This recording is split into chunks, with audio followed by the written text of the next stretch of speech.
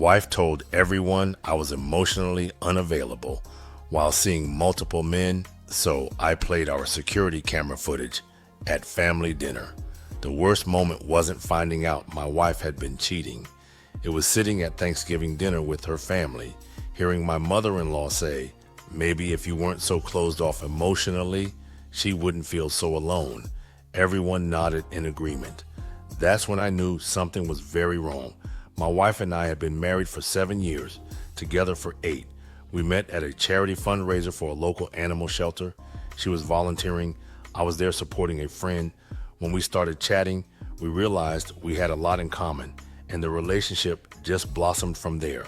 Fast forward to last month, and suddenly I'm the bad guy in our story. The emotionally unavailable husband who works too much, the neglectful partner who doesn't listen, the guy who doesn't open up enough, except none of that was true, at least not from where I was standing. I noticed a shift about 3 months ago. My wife started coming home later from work and slightly irritable.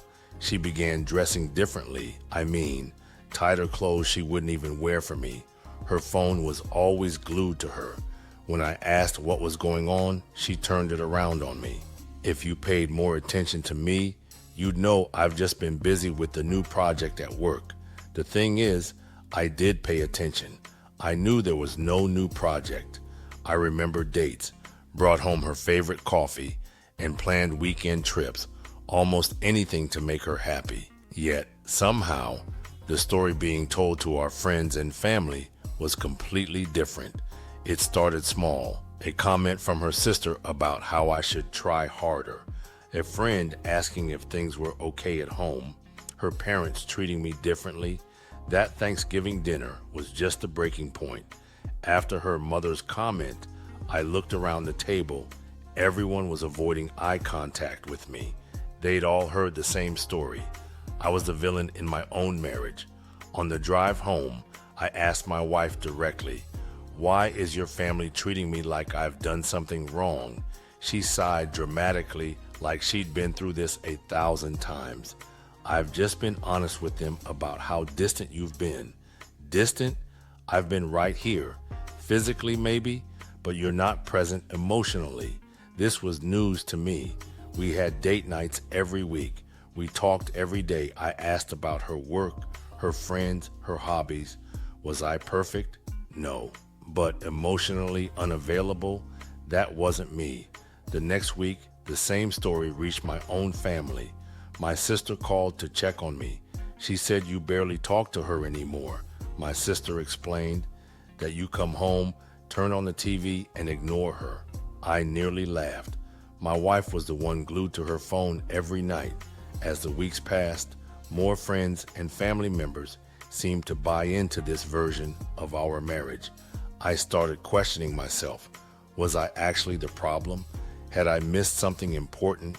I tried even harder to connect. I planned a weekend away. I suggested counseling. I asked more questions about her day. She seemed annoyed by all of it. "This isn't what I meant," she'd say, frustrated. "You're just going through the motions." No matter what I did, the story stayed the same. I was the one always at fault. I was failing as a husband. Everyone believed her. I started to feel crazy, like maybe I was missing something obvious. Then came the night I got a text from her saying she needed to work late again, the 3rd time that week. I don't know what it was, but something was definitely up. When I called her office, her coworker said she'd left hours ago. That's when I remembered the security cameras. We'd installed them last year after a break-in down the street. I hadn't really checked the footage for anything suspicious. I didn't see anything, only checking the footage every so often. Why would I? I didn't really need to. We lived in a somewhat decent neighborhood, but that night, for some strange reason, sitting alone in our house, I decided to open the app. What I saw changed everything. The first video from 3 weeks ago showed my wife arriving home at 2:37 p.m. on a Friday. She told me she was working until 6 o'clock that day. She wasn't alone. A tall man with dark hair followed her inside. They disappeared upstairs. He left 2 hours later. My stomach was in knots and my heart was racing. I fast-forwarded through more footage. The same man appeared again the following Thursday, then again the next Monday.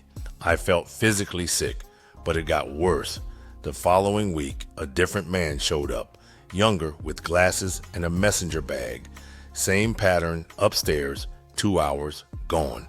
I watched a month's worth of footage in one sitting. 3 different men, multiple visits, always when I was at work, always in our home. She couldn't explain this away. I was surprised it was still there because she has access to it as well. Maybe she just forgot or didn't delete enough. While telling everyone I was emotionally unavailable, my wife was physically very available to other men. The next morning, I couldn't look at her. She noticed. "What's wrong with you today?" I almost confronted her right there, but something stopped me. She twisted the truth about our marriage so effectively that everyone believed her version. If I confronted her privately, what story would she spin next? I needed more than just my word against hers. So I said nothing. "Just tired," I mumbled. "See, this is exactly what I'm talking about," she replied. "You never share what you're really feeling." All I could think to myself was, if this bitch really knew what I was thinking. I spent the next week gathering more evidence. I downloaded and backed up all the security footage. I documented dates and times. I even took a day off work without telling her and parked down the street, watching as a man with glasses entered our home at 1:15 p.m. He stayed for almost 3 hours. Each night, my wife came home and complained about how hard she was working, how I never appreciated her efforts, how distant I'd become. She even had the nerve to ask if I was hiding something. Meanwhile, her family texted me articles about emotional intelligence. Her sister sent me a book about showing up in relationships. A mutual friend suggested I try harder to meet her needs. Everyone had bought her story completely. I felt like I was losing my mind. The worst part was how convincing she was. She'd look at me in the eyes and lie without blinking. Talk about honesty and communication while betraying everything we built. She became someone I didn't recognize. Or maybe this was who she'd always been, and I just hadn't seen it. The breaking point came when her mother called me directly. "We're all worried about you two," she said. "My daughter is trying so hard, but she says you've completely shut down. Have you noticed anything different about her lately?" I asked. "She seems stressed, but she says that's because she's carrying the relationship alone." Her mother sounded genuinely concerned. She believed every word. "We're having a family dinner this weekend," she continued. "I think it would be good for everyone to talk openly." An idea formed in my mind. "You're right," I told her. "We should definitely talk openly." "Wonderful. I'll set everything up. The family dinner will be at our house. Everyone who had heard her lies would be there. Her parents, her sister and brother-in-law, my parents, my sister, 10 people who all thought I was the problem. 10 people who deserve to know the truth. I spent hours editing the security footage, creating a simple video that showed the dates, times, and visitors. Clear, undeniable proof. I connected my laptop to our TV, making sure everything worked. I felt calm for the first time in weeks. The truth would finally come out. The night before the dinner, my wife tried to pick another fight. "You've been so distant lately," she said. "Maybe tomorrow you can try to actually engage with our families." I just nodded. "Sure. That's it? That's all you have to say?" "I'm saving my energy for tomorrow," I told her. "I plan to be very engaged." She seemed satisfied with that. She had no idea what was coming. The morning of the family dinner arrived with a knot in my stomach and my heart thumping. I made coffee while my wife slept in. By 10 a.m., she was up and planning the evening. "My mom's bringing her famous casserole," she announced. "Your parents are bringing wine. They're all very concerned about us," she added, watching my reaction. "Especially you." I nodded, focusing on cleaning the living room. "They just want to help." She seemed pleased with my cooperation. That's good to hear. She spent the day cooking and decorating.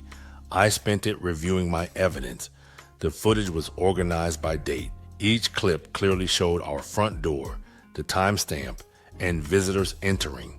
Later clips showed them leaving, disheveled and smiling. There was no mistaking what had happened. Around noon, my wife's phone chimed. She was in the shower. I never checked her phone before. I considered it an invasion of privacy, but privacy seemed like a joke now. The message was from Greg Work. Looking forward to Tuesday. Greg didn't exist at a workplace. I'd met all her colleagues at company events. The betrayal cut deeper with each discovery.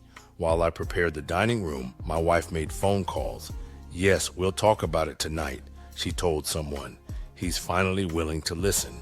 I think he's realized he needs to change. My hand shook as I set the table. Change what exactly? Not to be cheated on, not to be lied about. By 4 p.m., everything was ready. The house looked perfect. Food was prepared. My laptop was connected to the TV, footage queued up but hidden. I rehearsed what I would say. Simple, direct, truthful, unlike my wife's version of our marriage. At 5:30, the doorbell rang. Her parents arrived first, giving me stiff, uncomfortable hugs. We're here to support you both, her father said, clapping my shoulder. My in-laws had once loved me. Now they looked at me with disappointment. My parents arrived next, confused by the tension. Then my sister, who pulled me aside immediately.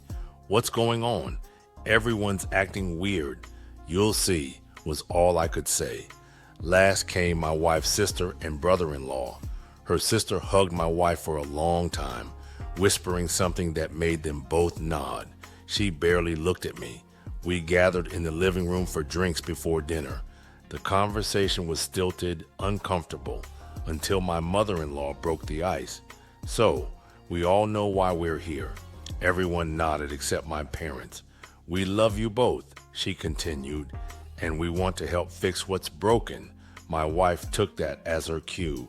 I've been trying so hard, she began. She was lying through her teeth. That's all I was thinking. But it's difficult when one person isn't emotionally available. She went on, describing how I'd become distant, how I never shared my feelings, how she felt alone in our marriage. I've done everything I can think of, she told our families. I've been patient, understanding. I've given him space, then tried to connect. Nothing works. Our families listened, nodding sympathetically. My parents looked confused, then concerned. They hadn't heard this version before. My wife continued, building her case against me. I'm exhausted from carrying this relationship alone. I work hard at my job, then come home and work even harder at our marriage. While he just checks out. The room fell silent, all eyes turning to me. This was my moment. You work hard, huh? I asked quietly. Tell me more about your work days. She looked surprised by the question. You know my schedule. I leave at 8, usually home by 6. Unless you have to work late? Yes, sometimes projects need extra attention. I nodded thoughtfully. Like on Tuesday, 3 weeks ago, when you worked late? A flicker of uncertainty crossed her face. Yes, probably. Why? Just curious about how hard you've been working and who you've been working with. The room felt tense now. My wife shifted uncomfortably. What are you talking about? You mentioned feeling alone, I said. But from what I've seen, you've had plenty of company. Her face paled slightly. What does that mean? Instead of answering, I reached for the remote. I think it's time for everyone to see exactly what's been happening in our marriage. I pressed play on the remote. The TV screen lit up with our front door camera view. The date and timestamp clearly visible. Tuesday, 2:37 p.m. My wife walked into frame. A tall man followed close behind.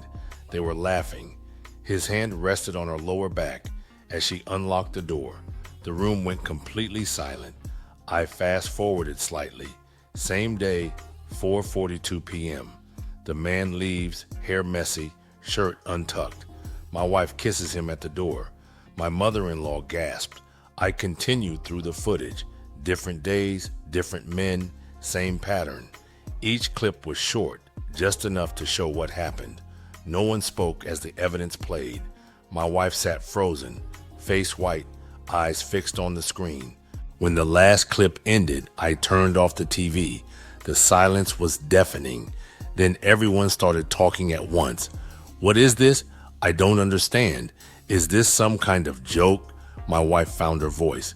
This is nothing. They were helping me with projects. Really? I replied calmly. You bringing men into our home while I'm at work. Men I've never met, in our bed, while telling everyone I'm the problem. Her father stood up, looking sick. I think we should go. No, wait, my wife pleaded. I can explain. He edited this footage or something. The timestamps are right there, I pointed out. These are our security cameras. You know they can't be edited. My mother-in-law had tears streaming down her face and shaking her head. How could you do this? My wife turned to her, desperate. Mom, please. You lied to all of us, her sister whispered. Made us think he was the problem. My own parents looked shell-shocked. My dad put his hand on my shoulder. Son, I'm so sorry. My wife tried a different approach. Okay, yes, I made a mistake.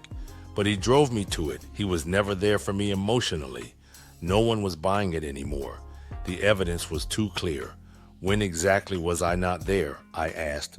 Between working to pay our bills and coming home every night? Between planning our anniversaries and asking about your day? While you were lying to my face about working late? Her excuses fell apart as quickly as she made them. One by one, our family members stood up. Dinner was forgotten. No one had an appetite anymore. We should go, my mother-in-law repeated, not looking at her daughter.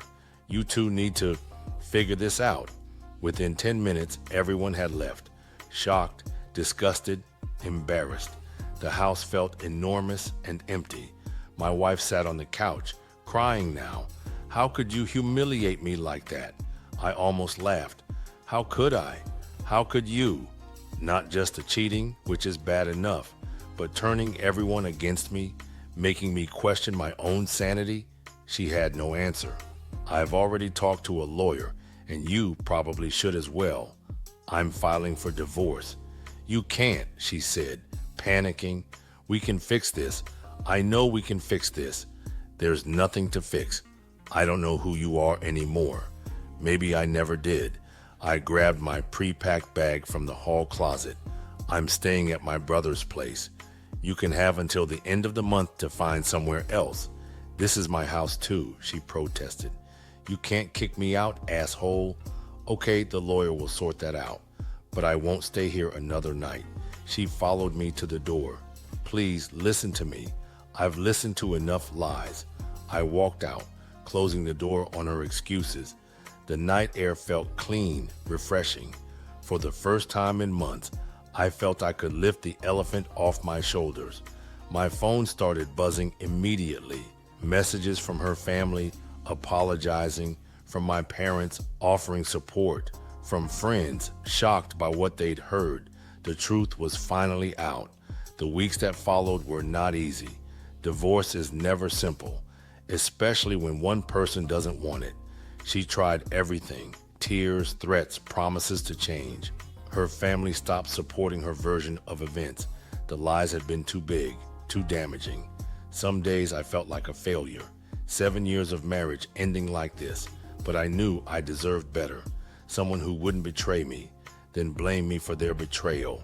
Someone honest, someone real. Almost a year later, the divorce was final. I sold the house, too many bad memories. Started fresh in a new place. Sometimes people ask what happened to my marriage. I don't share the full story often, but I no longer question myself. I know who I am. I know what happened, and I know I made the right choice walking away. Update. This will be a short update. Remember one of the guys she had coming over to our house? Apparently, he had a girlfriend, and somehow she found out from someone that he worked with my ex-wife and being intimate with her, not just at my house. But this person also saw him get serviced at work behind the building where they work with another woman, which I later learned was pretty secluded